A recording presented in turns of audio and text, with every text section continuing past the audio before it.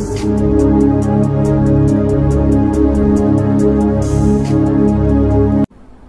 ప్రభువును మన రక్షకుడు అయిన యేసుక్రీస్తు నామమున అందరికీ వందనాలండి. దేవునికి స్తోత్రాలు.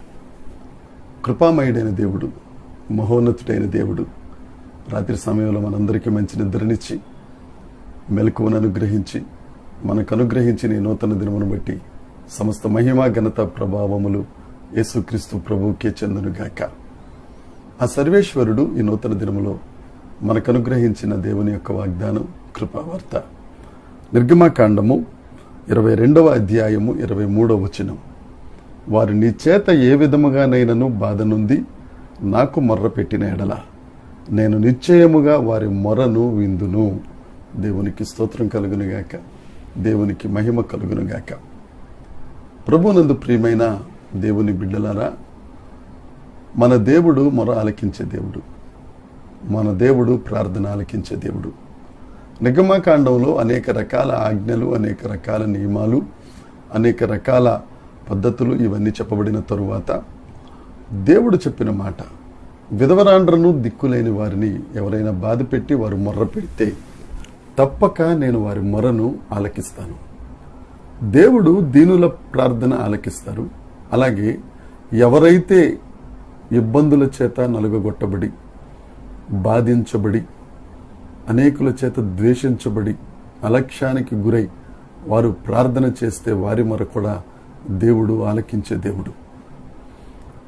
దేవుని ప్రజలారా, ఏ ఏ పరిస్థితులలో ఎవరెవరి చేత నువ్వు కొట్టబడి, నెట్టబడి, ఇబ్బందుల పాలై నలిగిపోయిన గుండెతో ఉన్నావో నువ్వు ప్రార్థన చేస్తే దేవుడు నీ ప్రార్థనను ఆలకిస్తారు. నువ్వు కన్నీరు కారిస్తే ఆ కన్నీరు ఆయన కవిలలో దాచుకుంటారు. నువ్వు ప్రార్థన చేసిన ప్రార్థన ఆయన తోసివేసే దేవుడు కాదు. ఈ లోకంలో వారు విధవరాండ్రను దిక్కులేని వారిని పక్కన పెట్టేయొచ్చు, రకరకాలుగా చూడొచ్చు, అలక్ష్యం చేయొచ్చు. కానీ దేవుడు వారిని చేరదీసే దేవుడు. నువ్వు ఏ ఏ పరిస్థితులలో బాధపడుతున్నావో ఆ దేవునికి మొర్ర పెడితే ఆ పరిస్థితులన్నిటిలో నుండి దేవుడు తప్పక నిన్ను బయటికి తీసుకొస్తాడు.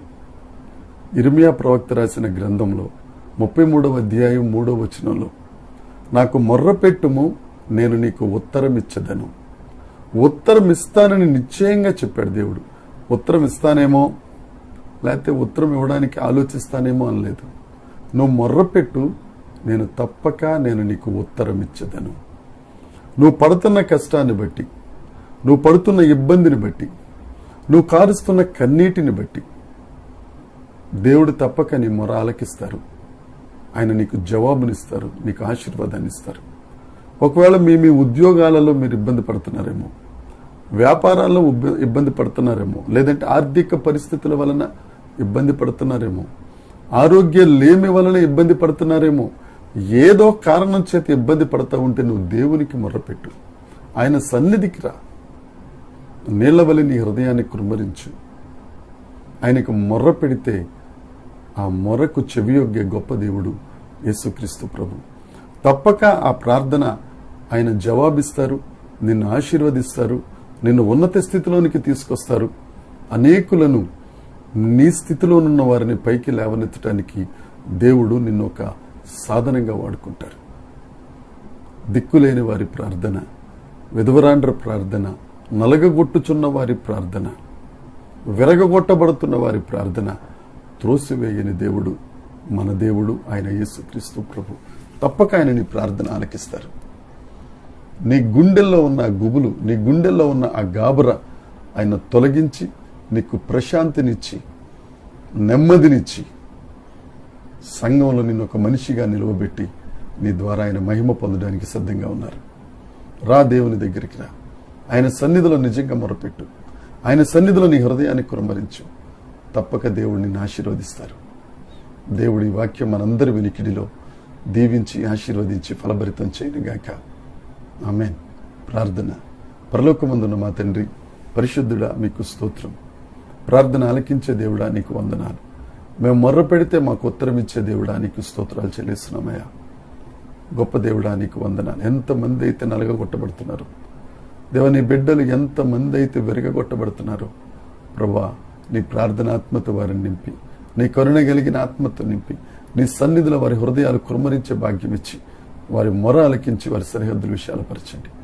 వారికి మీరు తోడుగా ఉండి ఆశీర్వదించి అనేకులకు ఆశీర్వాద కారణంగా చేసి మీరు మహిమ పొందుమని యేసుక్రీస్తు నామమున ప్రార్థించి అడిగి వేడుకొనుచున్నాం తండ్రి. ఆమేన్. దేవుని కృప మనందరికీ తోడై ఉండునుగాక. ఆమేన్, ఆమేన్, ఆమేన్.